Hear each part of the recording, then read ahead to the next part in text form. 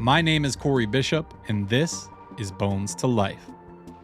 Psalm 73, verse 26 says, "My flesh and my heart may fail, but God is the strength of my heart and my portion forever." Tonight, we sit with a story that feels familiar to so many of us. Not because the details are the same, but because the pattern is. A life built on good things, meaningful things, and even church things, yet somehow missing the one thing that gives all the others their place. Dylan grew up surrounded by faith, but like so many of us, he learned the hard way that proximity to Jesus is not the same as surrender to him.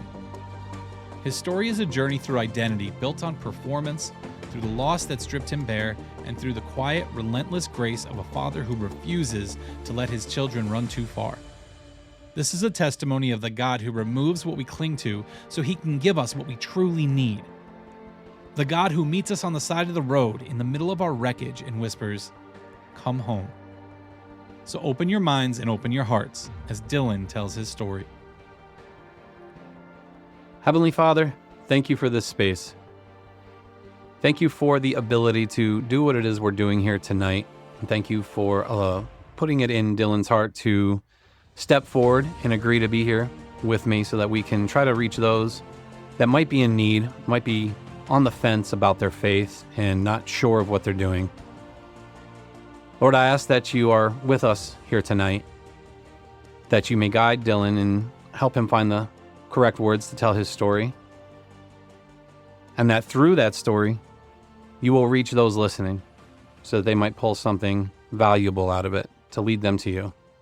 God, it's in your holy name we pray. Amen. All right, Dylan, the floor is yours.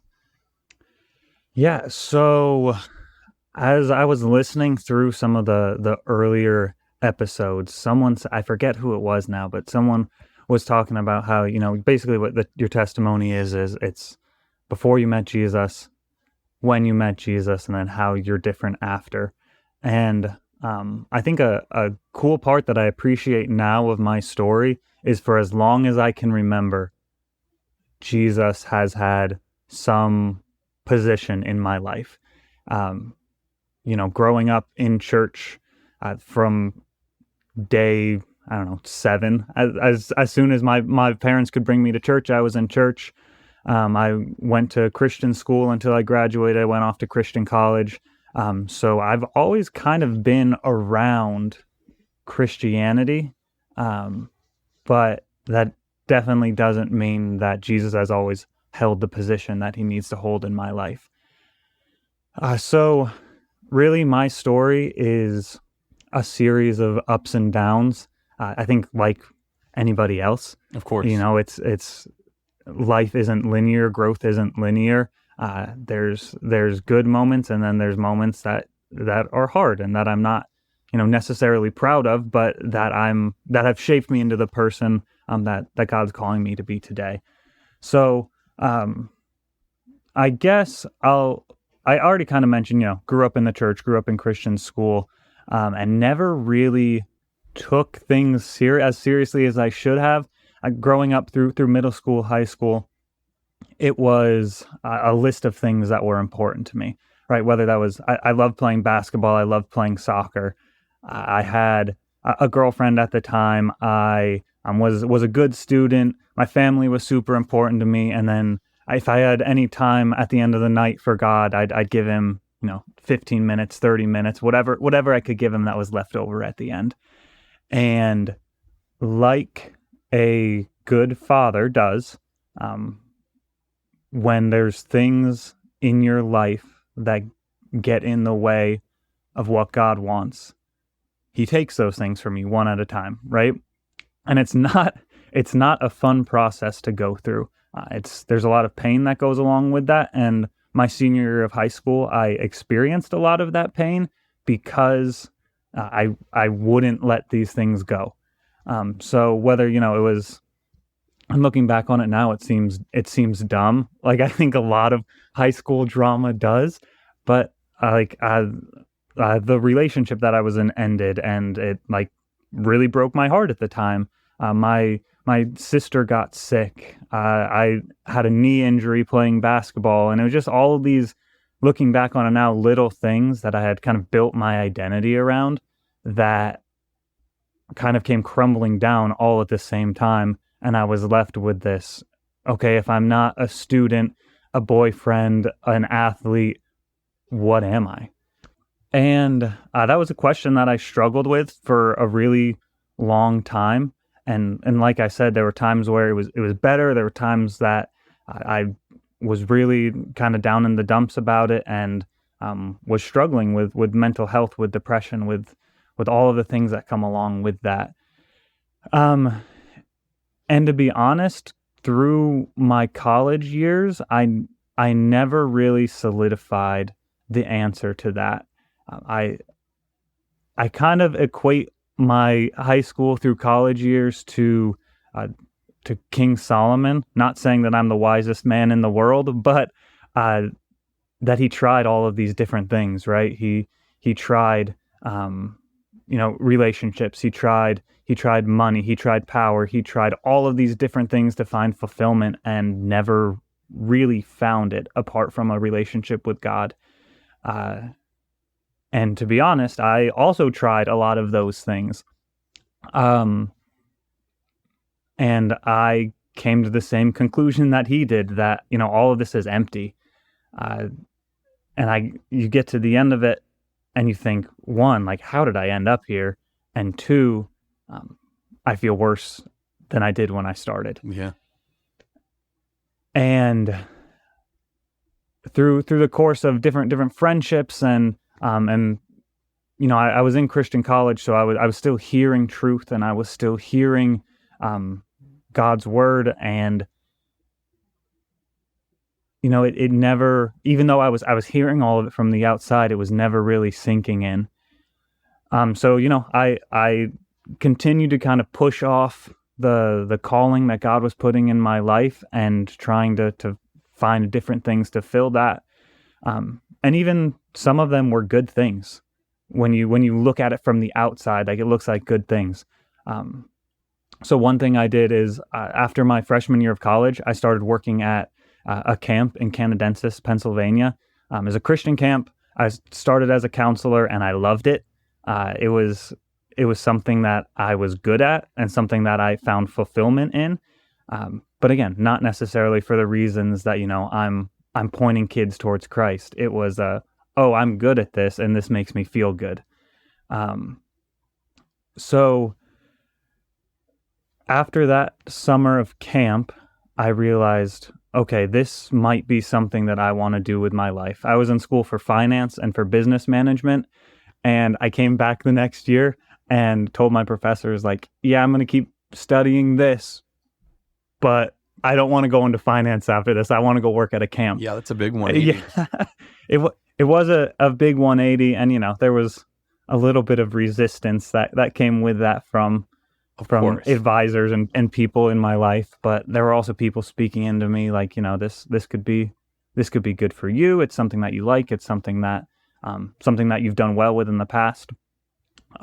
So 4 years go by in college. I graduate, I go to Disney for a week, and then I come home and start pretty much the day I get home at this camp I was working at full time.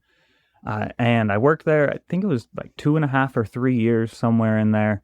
And all this time, I wasn't doing any of the bad things that I used to do to find fulfillment. It started off that I was doing all of these good things that I was finding fulfillment, but like I said, not with the right motivation. I don't know if that makes sense at all or not. Yeah, absolutely.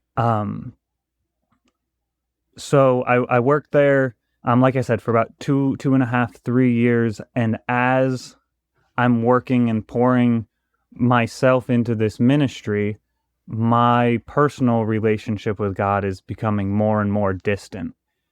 It's like it's almost like the relationship with God wasn't what was important to me. It was, again, the external things, the job, the performance, the definitely not the money, but but all the fun things that I got to do, being with friends, all of that was the important part of that phase in my life. And it all kind of came crashing to a head when, when the job wasn't enough to keep me satisfied anymore. I went back to some of the old stuff that I used to find fulfillment in. And honestly, it came to a point where I made some decisions where, I lost my job there. I lost my job. Not only was it losing a job, but it was losing the housing that I had at the time. I was living on property at camp. It was losing again my identity, my purpose, my what am I doing with my life, and I think that is the time when I've had ups and downs series of crashes before, but that was the one where I was like, I really don't know how I'm going to recover from this. My plan was to move to Virginia, start working at Amazon, and just leave Pennsylvania and everything that I had crashed and burned behind me here. Thinking about a fresh start. Yeah, exactly. And just wanting to get out of here and kind of run away from the wreckage that I had left. And then for maybe not the first time in my life that I experienced it, but the first time in my life that I saw it for what it was, I experienced God's grace through people in ways that I have not recognized before. So, it looks different for each person. Like I came back to my parents with this plan of moving and getting a fresh start. And they were like, I don't think that's a good idea. Why don't you come back here until you can get on your feet? They gave me a place to live. My dad offered me a job and just surrounded me with love when what I deserved was like, how could you do this to us and our family name? And I got what I didn't deserve from them. And, I went to my pastor. I go to the Waymart church. So I went to Pastor Sal there and I said, hey, these are mistakes that I made that I think I'm no longer qualified to run the youth ministry here. And he said something to me that stuck with me. He said, I cannot release you from the youth ministry here. And his wording kind of stuck out to me. It was weird to me when he said it. But again, that was me seeing Jesus's grace through him. That, just because you've made these, I don't want to say mistakes, but it was sin is what it was. Just because you've sinned doesn't disqualify you if your heart is repentant and you're willing to turn from that and continue to grow in your relationship with Jesus. So he didn't throw me out like he could have. My parents didn't discard me like they could have. Even my boss at the camp I was working at, after all of this stuff came out and I stepped down, I still have a good relationship with him today. We work on some stuff on the side together. We go to church together. We have a really good relationship. So I just experienced God's grace through people in a way that I knew I didn't deserve. Because something else that I've learned about like growing up in the church is you hear about God's grace all the time and you hear about what a good and loving God he is.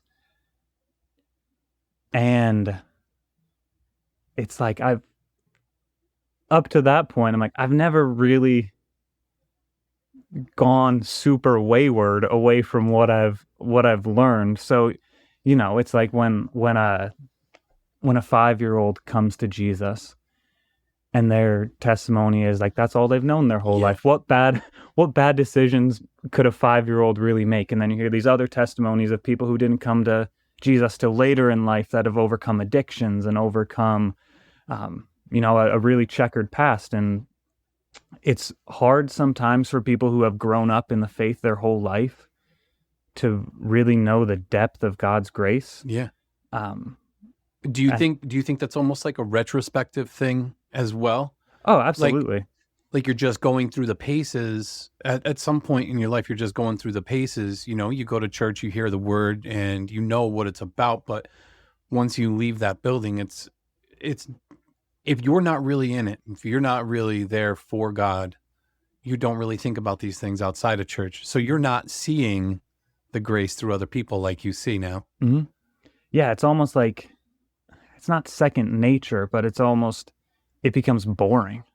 Almost like you hear it all the time, and then you stop looking for it. Yes. Or you stop seeing it when, like, honestly, if I look back at my life now, I could point to other times where I've seen God's grace and God's love, but at the time, I either wasn't looking for it, or I had just gotten accustomed to it. Yeah, and I think that could be what happens when you're not putting God 1st, right? Yeah, and absolutely. When you're not putting God first, I mean, all of us are busy. All of us have insane lives. All of us have things that we wish we could change, and that we wish we could change our circumstances. And it's so easy to get bogged down in life and just what's going on in the world around us, that if your relationship with God's not like the forefront of your mind, it's easy to miss things. Like you're so right. So yeah, absolutely. So I'd love to say that at this point I was like, yeah, I'm all the way back in. But I'm a slow learner, and I continued, even after I saw this grace from other people, kind of continued to push back. And the way I think about it now is it's almost like a kid kind of testing his or her limits with his parents. Yes. Really testing how patient are you, how loving are you. And I kind of continued down the same path I was going down, and it all came to a head. I can point you to exactly where I pulled my car over on the Owego here in between Waymart and Hawley. And I was driving somewhere to pick something up for work, and a song came on the radio, The Prodigal by Josiah Queen. Love that song. Yeah, great song, and followed by, is it by Cochran and Company, Running Home. That they have very similar themes between them. And for all of my life to that point, I had identified with the older brother in the prodigal son, the one that, feels like he's been there the whole time and been slaving away, and where's my reward? And for the first time in my life, hearing those songs, I was like, I've been thinking about this all wrong. I'm the younger brother. Like, I've, in the name of maybe good things sometimes, have lost my way and gotten to a point where, just like him, like, how in the world did I end up here? And it was a pivotal moment in my life where I did come running home, and I was sitting on the side of the road in my car, just crying.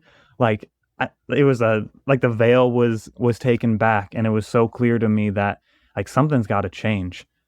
I've tried to live my life my own way for 25 years, and I've wrecked it multiple times now. So that was really kind of a life-changing moment for me in my car. And, since then, it hasn't been perfect. Just like anyone else, and that's a Christian will tell you, life, you have those moments, and life doesn't become perfect. Life doesn't, you don't become perfect. You still sin, you still mess up, but the heart is so different now, I think. And it's easier for me now to look around and see that grace that we're talking about, because I've experienced now on such a real, deep, personal level that it's life-changing, and I want to tell other people about it. And so I talk about this sometimes when I tell my testimony. I'm not glad that I did the things that I did to end up there, but man, am I glad that we have a God that can turn bones to life, right? Yes, exactly. Absolutely. A God that can make beauty from ashes, and that can take my sin and my mistakes and change my life because of it. And, since then, it's been a 2.5 years of growth from there. And it's been cool to see how that growth has been changing my life and just comparing the new life to the old life. I was in a relationship for about 1.5 years, and that ended, and yeah, it was sad, but being able to lean on Jesus through that and compare that to, like, man, 3 years ago, this would have destroyed me and I would have ended up back in the same pit that I was in before. But now, like, Jesus changed my life, and I can lean on him through this, and there's something that he wants me to learn through this, and I have the opportunity to become the person that he's calling me to become. So there's just been a lot of moments like that in comparison. That's like, yeah, this is real. I've talked about the up and down a couple of times, and that's not, and there's going to be an element to that always, but that's not how I want to live my life anymore. I was reading in the Old Testament and thinking about King Saul, and he had some really good points of his reign over Israel, and there were some times where he was a good leader and a godly man, and there were also some other times where he lost it all. And I don't want my life to be marked by, high point, low point, high point, low point, high point, low point. I want to continue to grow in my relationship with God and take that next right step, whatever it is. And I don't know where I'm going to be in 5 years from now, but what I desire more than anything is to be ready to take that next step, whatever God calls me to do. So yeah, that's kind of the, I wouldn't say brief version of my testimony, but get the snippets there of what God's been doing in my life. Yeah, I like going back to the beginning there, where you were talking about how, God, when he's not the focus, he takes the things away from you. And it reminds me of how I've always felt. Like, I've always felt like everything happens for a reason. But it wasn't until recently that I started to feel and truly believe in my heart that reason was God. So you're absolutely right with that. And listening to that and everything else you were saying, like, everything that he did, like everything that happened to you, set you up to be where you're at right now. And I know you just said that you wouldn't want to go with the ups and downs again. And that's awesome. That's beautiful. But that is where, that's what brought you to where you are. Mm-hmm. And it's so cool to see and to hear other people talk about that. And I just think that that's so neat. You said you don't know where you see yourself 5 years from now. But is there anything in particular that you have in mind that you'd like to pursue? Like, I know you said you'd like to deepen your connection with God and be ready for the next step. Is there anything that you're thinking about that you would love to pursue? So I love youth ministry. It's, like I said, I worked it was my full-time job for 3 years, youth ministry. And right now I serve at the Waymart Church as a youth leader there, and, absolutely love it. We got, on a normal night, about 40 students that show up that I love building connection with young people, because I know what a pivotal time in my life that was for negative reasons. Yeah. And if I can reach, just one or two of these kids every year and tell them, like, hey, this is how I messed up, and this is, I'm in a good place now, but there was a lot of heartache in between high school and where I'm at right now. If I can help students avoid that and, be excited about a relationship with God and, getting to see his grace and his love without having to go through the valleys and the heartache, then, man, that's my desire. I love working with our young people at our church. Yeah, it's super important. And I love that you're able to be that mentor for those kids, because like you referred to, that's a very pivotal moment in a kid's life. Like those years are the transformative years where you're really trying to figure out your personal identity. And what better way to help those kids out than to be that mentor, to be involved in youth ministry and to help them discover their identity through Christ. Mm-hmm. So the last thing that I'll ask you is if there's a piece of advice that you would want someone to pull from your story, something that could help them out in one of the lowest of their lows in their life right now, what would you want them to hear or take away from this? Yeah. Well, first thing, I just want to jump back real quick before I get to that, is we always tell our youth they're not the church of tomorrow. They're the church of right now.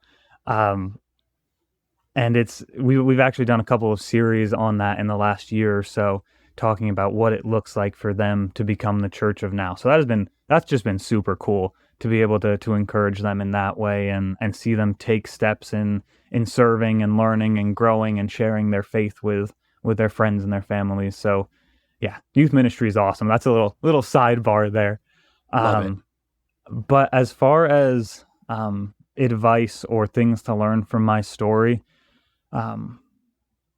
is no matter where you're at or where you've been, no one's ever too far gone for Jesus to change their life. At my lowest, I thought that I was done. I thought that I had to leave everything here behind to start somewhere new where no one knew anything about me. And God shown me that in spite of me and my sin and my choices, like I said, he can make beauty out of ashes. And yeah, if there is a God that can do that, that's a God that I want to serve. And if he can do it for me, he can do it for you. In Luke 15, Jesus says, "While he was still a long way off, his father saw him and was filled with compassion." That's the heartbeat of Dylan's testimony. Not perfect, not a spotless record, not a life without detours, but a father who sees us, even when we're running, even when we're hiding, even when we're convinced we've gone too far, and meets us with compassion instead of condemnation. Dylan's journey reminds us that grace isn't just a doctrine we memorize. It's a rescue we experience. It's parents who open their door when they could have closed it. It's pastors who speak restoration instead of rejection. It's friends who stay. It's a God who turns ashes into beauty and bones into life. And if he can do it for Dylan, he can do it for you. Wherever you are tonight, in the ups, the downs, or somewhere in between, may you know this truth deeply. You are never too far gone for Jesus to change your life. Thank you so much for joining me today. Keep taking the next right step, keep looking for grace, and keep letting God breathe life into the places you thought were dead. If you enjoyed today's episode, make sure you follow, rate, or review. It really means a lot to the heartbeat of the show. And if you have your own story to tell, please reach out. bonestolifepodcast@gmail.com. Until next time, let's keep these dry bones rattling.